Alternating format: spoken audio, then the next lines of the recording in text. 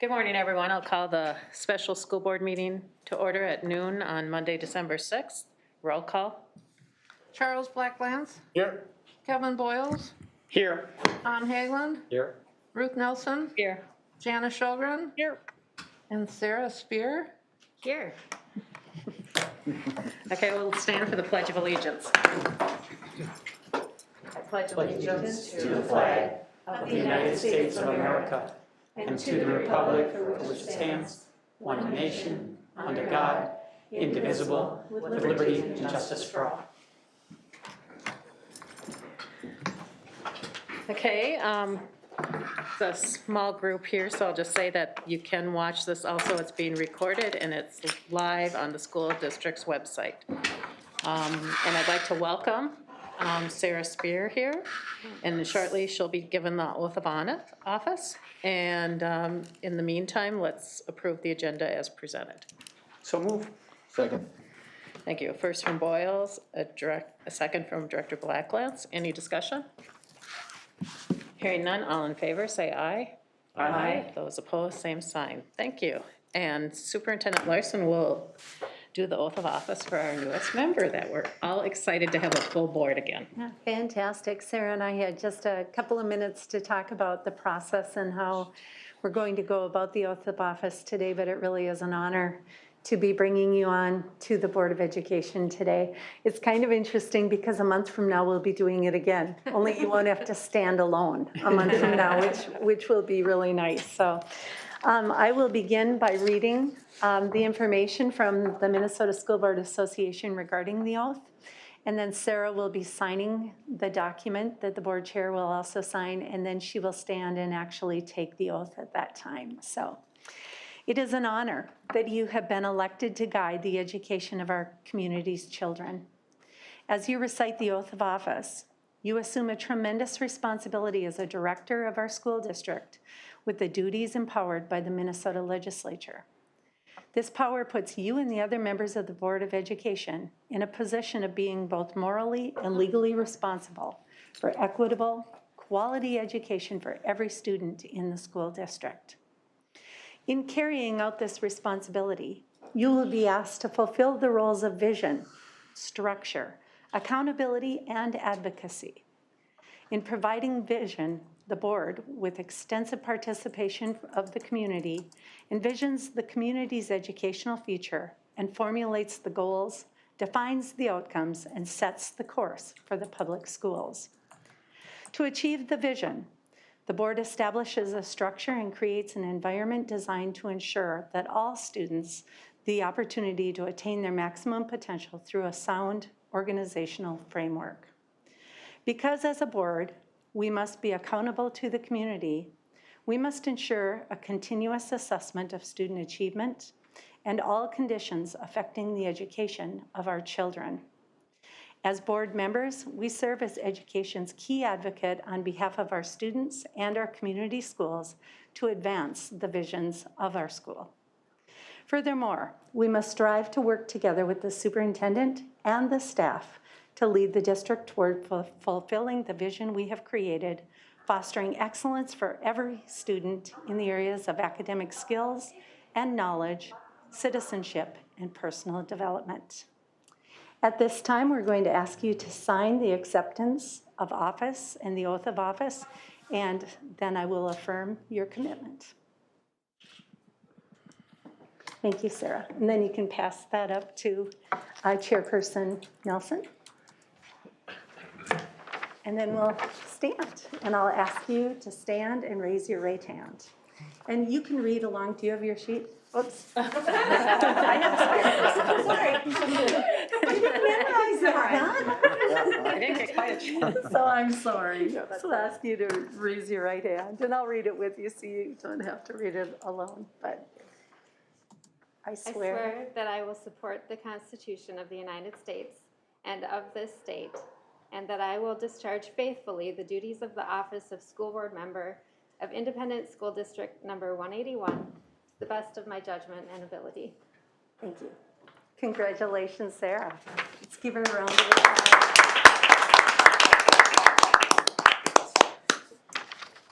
So exciting. I Happy think this might consent. be the first time where we have an even distribution of men and women on the board.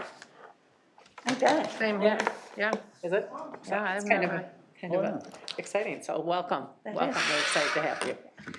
So, and we'll go on with our next agenda item, the presentation of the Forest View time schedule change with Heidi and John and Norby. I have to, Maybe just Heidi I have to add, it has seemed like a long time this month, hasn't it? From the Yes. time that she was selected. Well, and Yeah. it was longer than a month that we just had to buy. Yeah, Yeah. It feels good to have a full table. yes, it does. I feel like short. All right, good afternoon, members of the board. Director Klimek, myself, and John Anderson, we've been looking, we've had some significant issues, as you've heard through multiple meetings regarding transportation. And one of these solutions, actually, this solution was enacted pre-COVID, if you can imagine that, but never came to fruition. And so when we started back to the school year, unfortunately, routes kind of kicked into the regular pattern. So we missed a window of opportunity. We thought we'd let it go through the year, but looking at the shortages that we're having for activity buses, as well as we have a large transfer station located in the lower lot of Brainerd High School. And we are having students sit there sometimes for 30 to 40 minutes as we're waiting for buses to move throughout our system. So one of the things that Norby and his team looked at doing is we've looked at decreasing each class period by 2 minutes at Forest View in order to allow for 14 minutes more time at the end of the day. That eliminates a third wave of buses, so we can get those buses moving and have our students sitting in the lower lot a lot less time. This aligns with our elementary buildings, so this isn't a significant change. We don't want people to get too excited because that time is going to be added to the beginning of next school year, but difficult to do with how things are running. One of the questions that we are facing is what happens with our instructional minutes. So looking at our required minutes, even with this change of shaving off those 2 minutes, we're about 65.4 hours over the required instructional minutes for students in grades 7 through 12. It would be even less than that for 5, 6. This is a district we've always provided way more instructional minutes than required by the state. So we do have that window where we can adjust it. This will help assist, again, that wait time that our students and families are feeling it with students in the lower lot. It's going to impact students who pick up their parents at Forest View. They're going to need to get there a few minutes early. Otherwise, we do have that waiting time in the cafeteria. But this is our recommendation, and what we'd like to do is move forward with this after the first of the year, giving our families plenty of time to adjust where they're going. But our initial feedback in talking with families, drivers, Reicherts, very positive. And again, we had this figured out 2 years ago, and And does this help also with not having to not run a route? Does it help with that too? well, there's a potential. If there's shortage. Well, what happens is by winning that lower lot, by getting in, getting things moving faster, some of those in-town routes can be freed up and can get back by 3:45, which then creates another opportunity for an activity. Okay. Because we do have a lot of routes that run shorter routes throughout town.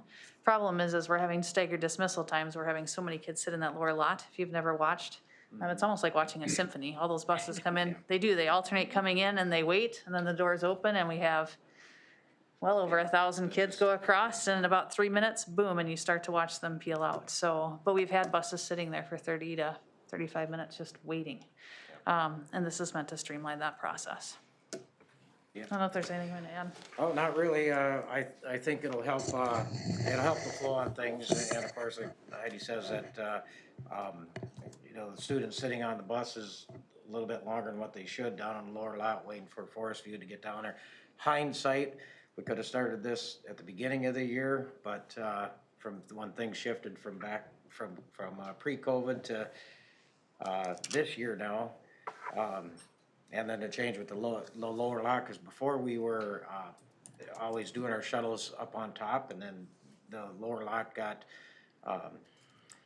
into the era. So we'd start doing our transfers down there instead of up on top, and that had changed too at pre-COVID. So a lot of little things factored into the bell time change, but yeah. And It'll flow better. Principal Anderson's met with this entire staff and kind of shared what the schedule would look like. So you look at just the decrease from class period and also minimizing some of those passing times. Not the favorite thing for 5th through 8th graders to give up some of that little chat time in the hallway, but shrinking some of that time to get them to and from their next class as well to make that change happen. Norby, how are we going with the licensing of the new bus drivers that were in training? Do you have any update on that? Right now, they did give me an update, I just asked for that. Currently, they got, 3 that are currently out with medical. And, let's see, for the ones that are in training, that one Forest View trip driver that's testing next week. 1 PM route driver being tested next week. And then four Forest View trip drivers being trained behind the wheel, currently most for Nordic ski. And to do other sports, they brought on two other drivers that were fully licensed and ready to go. But then on the downside, we had 3 drivers go out just this last week. And if we look at the totals, the running totals right now, 18 out that had COVID, 11 out with medical, 5 that just decided to do something else. And right now, 4 new hires since the beginning of the year and 12 that are in training, so. And then 1 passed away, of course. but So are you still driving quite a bit? Quite a bit. I had it this morning. Overnight, somebody else come up sick, and so at 5 o'clock in the morning, I was summoned to drive. Okay, well, thank you for, But I'm kind of the relief valve for ones like that, so we don't have to send a Sky Alert out at 6 o'clock in the morning, and then parents are really panicked. So we try to get that out the night before what's not gonna be running. Yeah, so, Custodians, we have several custodians who are driving, and then we hired a new clerical. Yep. And this clerical walked up, she came from the cities, and she said, oh, by the way, I have my license. So, she trained in, today, actually, this morning, she drove, and she'll drive again tonight, and then, or train in tonight, and then tomorrow she should be able to take her route, and it'll be more for our heavy sports days is when we'll use her. We won't overuse her, but that's kind of the plan, how to do that, so. well, that's wonderful. it's they're been stepping pretty up. exciting to just, Got Yep. peaks and valleys, that's for sure, But- so just when you think you're getting ahead with things, and yeah, a few more go out though, so, but but our community's responding, they are. you know, from parents, and I actually had a pastor of my church send an email. He's like, I can't believe I'm emailing you, but I read the article and what do I need to do? And I'm like, here's Elsie and Kever's number. So it's neat to see the community is trying to step forward. I was really impressed with Reichert's full-page ad story yesterday in the paper. Was really, really nice. They did. I mean, they're certainly working hard at Yeah. trying to recruit. Yeah, we've noticed a big change over there with, Yeah, that's great to development. see. Yep, they've been working. Sure. Okay, well, thank you. And thanks to the community out there that has stepped up. It's wonderful. Angie had to make a quick trip home with a sick family member, and so she's not here yet. So are you okay if we jump to number 3? And Heidi, maybe you and I can talk about the transportation, and then we can have Tim come up and talk about his policies, and maybe by that time Angie will be here? Okay, that'd be great. So if we look at item number 3, that's just really looking at the second and final reading of our policy specific to transportation. If you remember, we had a waiver that was developed that our families could utilize to sign their student to either be transported by their parent, transported with another student's parent, or if of age and having appropriate coverage, transport just themselves to different activities. So that's the addendum that's put in. So this is just the second and final reading and approval for the transportation. Policy number 710 with Appendix A. Right, and we have had no questions or anything like that to this, to the policy change or to the appendix, the addition of that. And one thing that was brought up was, can we do this electronically so parents can fill it out electronically? And Sarah's already working on it, and she said she just sent me a email with the first phase of that. So as soon as this is approved, we're going to try to get it online as quickly as we can so that it's easy access for our families to be able to help with some of these transportation difficulties as well. So I would recommend approval. I think that this is a great step forward in helping us with some of these issues that Heidi and Norby just were talking about.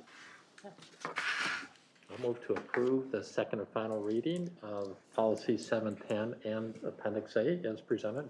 I'll second. Thank you. So we have a first from Director Hagelin, a second from Director Boyles. Any further discussions or comment? I just wanted to make a comment that I think this is very, very needed during the times that we're in, but I understand that this isn't just due to COVID and the situation we're in.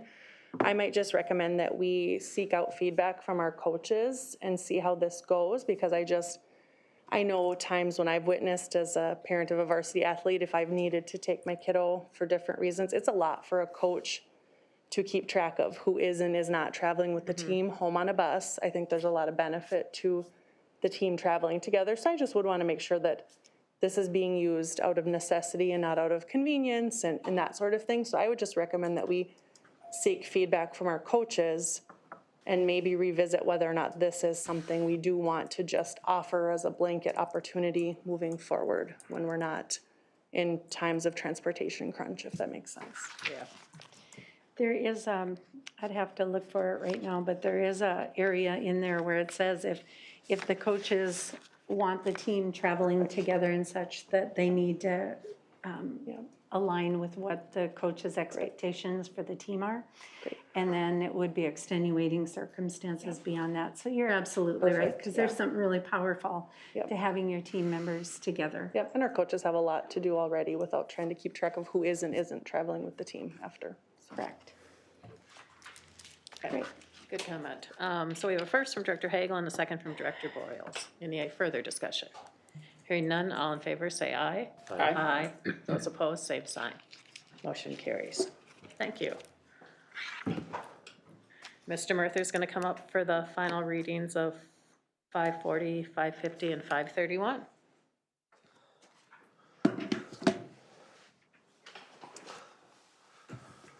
Good afternoon. As stated, this is the second and final reading for the policies enumerated there. There's been no request for language change or no further conversation about any of these three policies, so they stand as written. We have a motion. I'll move to approve. I'll second. Okay, discussion? Hearing none, we have a first from Director Schobrin, a second from Director Blacklance, approving MSBA policies 540, 550, and 531. All in favor, say aye. Aye. Aye. Those opposed, same sign. Motion carries. The one time I go fast is the one time you wanted me to draw it out. I think we can move into these others. Maybe it's habit forming too. Yeah, I think so. I think we can. So we'll go back to the ratification of the certified contract. Is she close? She's close. I'm just gonna go grab her. The red line is on her desk. Okay, you want to do it? Oh, okay. You know, we can talk about, before we do that, we can talk about upcoming meetings. And Yep. I know there was one note that, let's see, so we have, today we have the Brainerd Public School Foundation meeting on December 6th. The project oversight meeting tomorrow morning, and our next regular school board meeting is at 6 next Monday, so we'll be busy. And then you can see where the district offices are closed, and we have the January 10th organizational meeting at 5:30 with the regular board meeting following that, and our leadership training where there will be a quorum of the board in attendance, and then the big event. And then I noted that we also wanted to mention that Charles, could you share that with the board? Yeah. The public forum.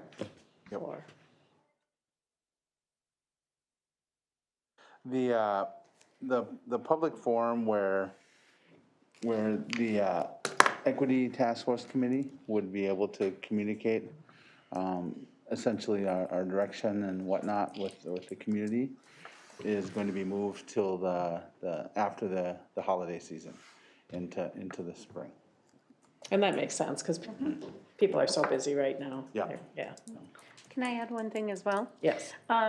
Since the agenda came out, Andrea Rusk has finalized that on January 31st, the Brainerd High School is going to have an open house of all our career and technical education areas. If you remember during our referendum, one of the goals was to increase community engagement, career and technical education experiences, and workforce development. And so I know I've met with her and Tim has met. They went to a meeting at Sourcewell again last week and have been engaged in what does that additional work look like at the high school level for increasing workforce development within our region.